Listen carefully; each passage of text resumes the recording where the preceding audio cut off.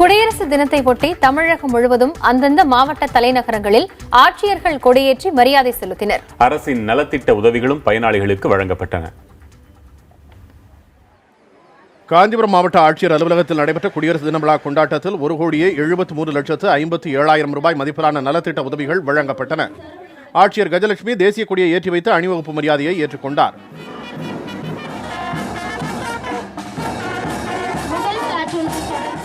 தேனியில் மாவட்ட ஆட்சியர் வெங்கடாஜலம் தேசிய கொடியை ஏற்றி வைத்து மரியாதை செலுத்தினார். குடியரசு தினத்தை ஒட்டி வீரதீர செயலில் ஈடுபட்ட 146 பேர் பதக்கம் வழங்கி கௌரவிக்கப்பட்டனர். வெண்புறாக்கள், வண்ண பலூன்கள் வானில் பறக்க விடப்பட்டன.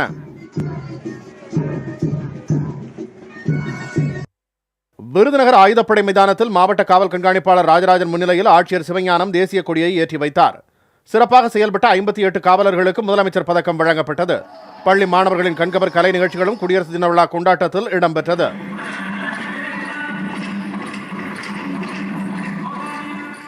கோவை காவலர் பயிற்சி மைதானத்தில் ஆட்சியர் ஹரிஹரன் தேசிய கொடி ஏற்றி 5,03,00,000 ரூபாய் மதிப்பிலான நலத்திட்ட உதவிகளை வழங்கினார். மாவட்ட காவல் கண்காணிப்பாளர், மாநகர காவல் ஆணையர், மாவட்ட வருவாய் அலுவலர் உள்ளிட்டோர் இந்த நிகழ்ச்சியில் கலந்து கொண்டனர்.